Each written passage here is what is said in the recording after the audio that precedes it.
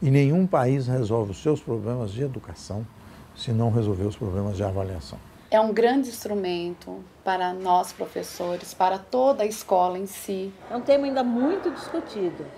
Ter prova ou não ter prova? Bom, hoje é um dia muito especial. Já fizemos a prova de produção de texto e hoje vai ser a prova de português e matemática. Tudo bem? Tudo! Então, se não entendeu a primeira vez, não tem problema. Respira fundo e virá a segunda leitura. Tudo bem? Então, olha lá. Questão número 1. Faça um X. Está na Lei de Diretrizes e Bases da Educação. Artigo 24, parágrafo 5. A verificação do rendimento escolar observará os seguintes critérios. A. Avaliação contínua e cumulativa do desempenho do aluno, com prevalência dos aspectos qualitativos sobre os quantitativos e dos resultados ao longo do período sobre os de eventuais provas finais. E. Obrigatoriedade de estudos de recuperação, de preferência paralelos ao período letivo, para os casos de baixo rendimento escolar a serem disciplinados pelas instituições de ensino em seus regimentos. Hoje a avaliação ela tem uma função diferente. Nós aqui na escola usamos a diagnóstica, se a gente precisa desse diagnóstico, para a gente dar continuidade nas ações. Vera Lúcia Troiano é coordenadora pedagógica da Escola Estadual Oswaldo Cruz, no bairro da Moca, em São Paulo. Ela conta que, com o tempo, as avaliações nesta escola passaram por modificações.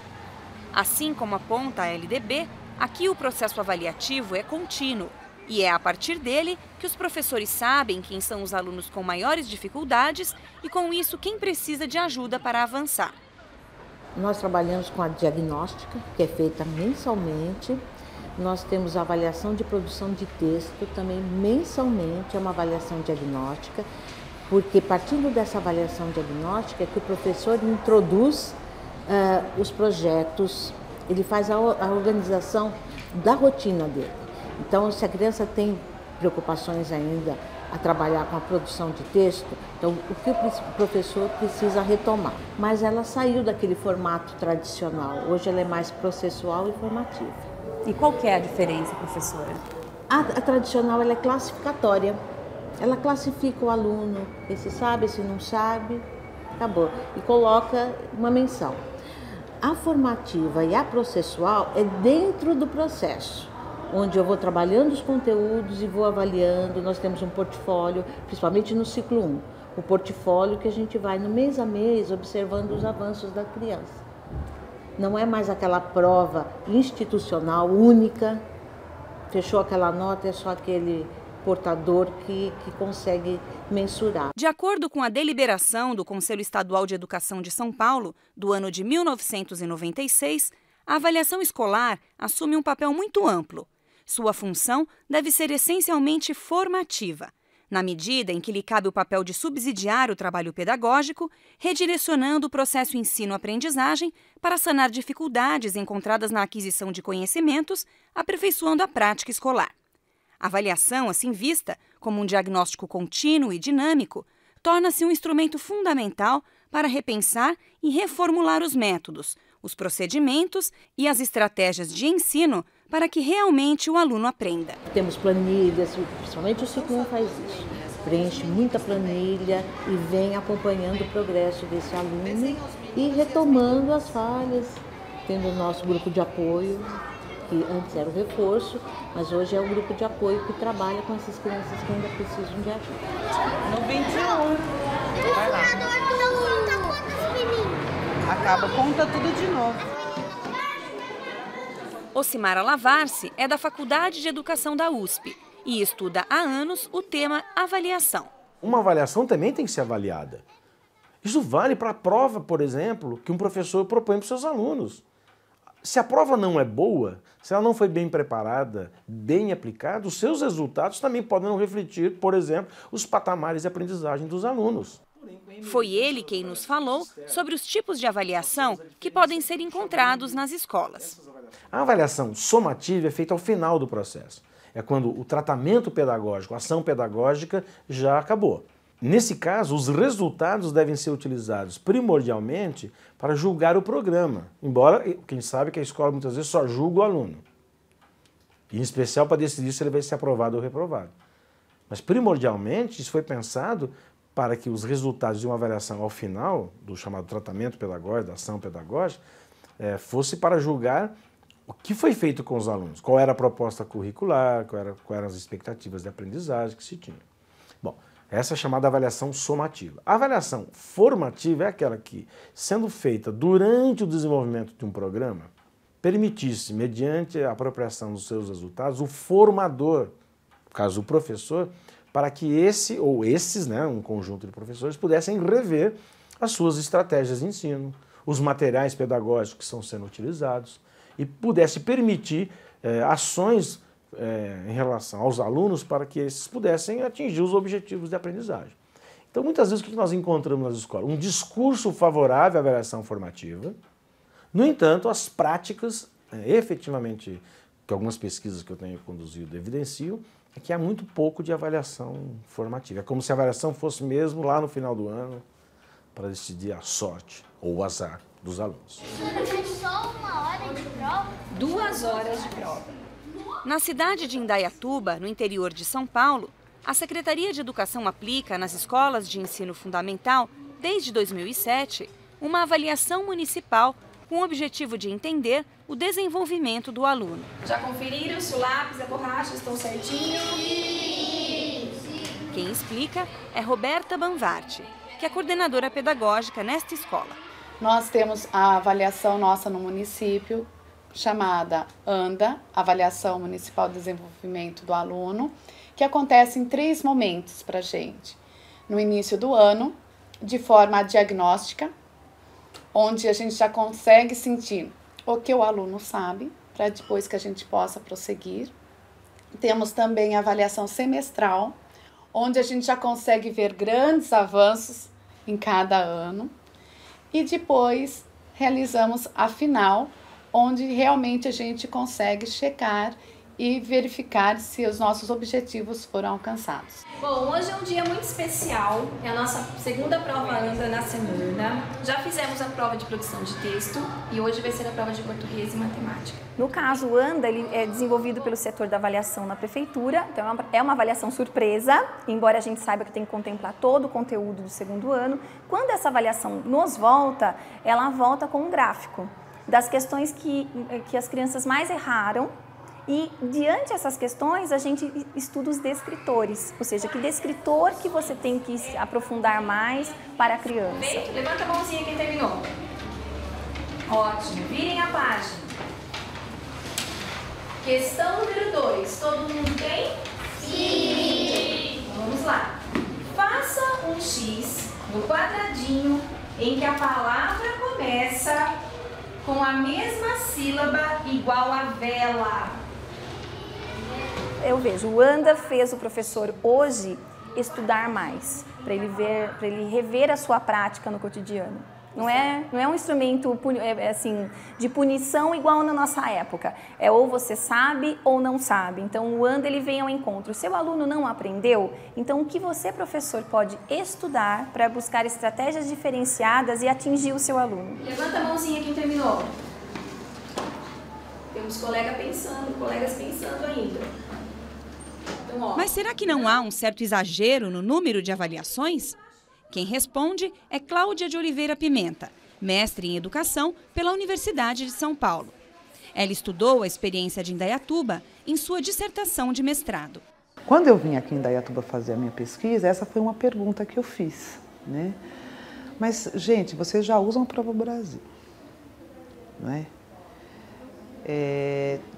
Na época, eles começaram a ANDA antes de usar o SARE. Agora tem o SARE, para quê? Né? Assim, uma só não dava conta. Né? E aí, de novo, é isso. Né? A ANDA, por exemplo, ela é aplicada 3 vezes ao ano aqui em Indaiatuba. Né? Eu fiquei pensando, né, como que é no ano que tem o SARESP junto. O SARESP é todo ano. E o ano que tem a Prova Brasil junto. Então, são 3 vezes a ANDA, mais o SARESP, mais a Prova Brasil, mais 2 vezes a Provinha Brasil. Porque é semestral. Né? Então, se você for contar, são 7 avaliações. 7. Vai ter gente que vai dizer, olha, tem que acabar com as avaliações externas, é muita avaliação, ou deixa uma avaliação só, ou acaba porque elas de fato não medem aquilo que elas deveriam medir. Quer dizer, tem um debate aí enorme, é polêmico, muito polêmico. Ó, não pise na... Olha o que tem embaixo da placa. Não pode falar. Não pode falar. A avaliação formativa é um desejo. Na realidade, eu acho que ela não é no mundo. E a avaliação formativa tem esse nome porque o principal usuário dos resultados dessa avaliação, dos seus juízos, né, deveriam ser os formadores, os professores. E a avaliação formativa, ela facilitaria a intervenção no processo enquanto ele não terminou. Mas ela tem que estar ancorada no seguinte princípio: eu quero que todos aprendam. Porque se a escola está para selecionar os melhores, bom, basta fazer no final do ano para descobrir quem são os melhores. Agora, se a escola tem, através de seus profissionais, o compromisso com o sucesso de todos, para que todos aprendam tudo que a escola julga que é importante, então, necessário e forçosamente, tem que desencadear práticas de avaliação formativa. A crítica de que a avaliação serve apenas para aprovar ou reprovar é feita também pelo pesquisador e escritor José Eustáquio Romão. O que não deveria existir, melhor dizendo, é aprovação e reprovação. O professor presta muita atenção no aluno que acerta tudo. Nós temos que prestar atenção no aluno que erra. Porque quando ele erra num raciocínio, em qualquer matéria, eu tenho que prestar atenção que raciocínio equivocado que ele está fazendo para poder corrigir. Porque a função da avaliação é tratamento dos que estão com dificuldades. E replanejamento, ela tem uma função também de me fazer rever conteúdos, rever planejamento, rever procedimentos. Por isso que a avaliação é tão importante, porque ela afeta todo o procedimento dos educadores, ou deveria afetar. Os números das fichas abaixo estão todos embaralhados. Observem as 4 fichas. Aqui em Indaiatuba, o resultado da avaliação municipal afeta diretamente o professor. Com essa informação, ele pode trabalhar com as crianças individualmente e, com isso, tentar resolver as dúvidas de cada uma delas. Além do ANDA, é ofertado a intervenção pedagógica. Então, o aluno com dificuldade, que a gente diz a defasagem pedagógica, ele já é assistido semanalmente, ou individualmente, ou em dupla. E você, enquanto professora, você tem o seu coordenador por detrás. E para cada professor ele dá uma, não digo assim, uma receita, mas ele dá uma orientação que ele só vai ver se foi realizada, foi posta em prática a orientação, também no ANDA. Porque se o professor só ouvir e não colocar em prática, o aluno vai continuar indo mal. As avaliações externas têm modificado a organização do trabalho dos profissionais da escola, em especial do coordenador pedagógico, porque era isso que eu queria olhar, né? Até que ponto o trabalho do coordenador está sendo conformado ou não pelas avaliações. E aqui em Indaiatuba me parece que sim, né? O trabalho dos coordenadores ele tem sido reorganizado em função das avaliações. Hoje eu vou trabalhar matemática com vocês, tá bom? Então vamos lá, que número será que é a última cartinha? Nós temos o reforço, assim chamado, o apoio pedagógico. Nós temos uma outra terminologia, que é usada como IP, Intervenção Pedagógica Paralela também. E isso já acontece ano a ano. Vamos ver se é. Afasta aqui. Então, todas as crianças que apresentam alguma dificuldade ou defasagem, elas estão participando e elas têm essa oportunidade de estar fazendo o IP na nossa escola. Estamos buscando um número menor. Por que será que você colocou o 4 e o computador disse que não era a peça? Porque a gente está trabalhando decrescente, a gente está diminuindo, certo? Qual foi a opção que ele te deu ali? 2. Então, o número menor que o 3 é o 2. Existe uma avaliação ideal, professor? Não, um modelo de avaliação ideal para qualquer circunstância, não. O que determina a natureza da avaliação é o contexto social ao qual ela se dirige, é o projeto de sociedade ao qual ela se dirige, aos objetivos para qual ela se dirige. Evidentemente que há técnicas melhores do que outras para avaliar. Agora, o mais importante de tudo, e aí é um projeto que a gente está nele, é um projeto de construir uma sociedade mais inclusiva, né, para todos. A humanidade só saiu da caverna o dia que todos os seres humanos saíram da caverna. Enquanto tinha gente lá, nós éramos pré-históricos. A humanidade só vai sair da caverna da ignorância o dia que a gente conseguir socializar para todos, inclusive a educação superior. E o currículo das escolas? Ele está sendo modificado em função das avaliações externas? Nós temos no Brasil um currículo que já está empobrecido. Então não é que as avaliações estão empobrecendo. Talvez elas limitem o enriquecimento. Porque aí tem uns discursos que acusam as avaliações externas como se nós tivéssemos no Brasil um currículo bastante amplo. Nós não temos. Então é isso. Qual é a relação que a avaliação externa está exercendo sobre o currículo da escola? Esse é o debate. 5. Quem vem depois do 5? Qual é o 6? Então qual é a pecinha que vale 6?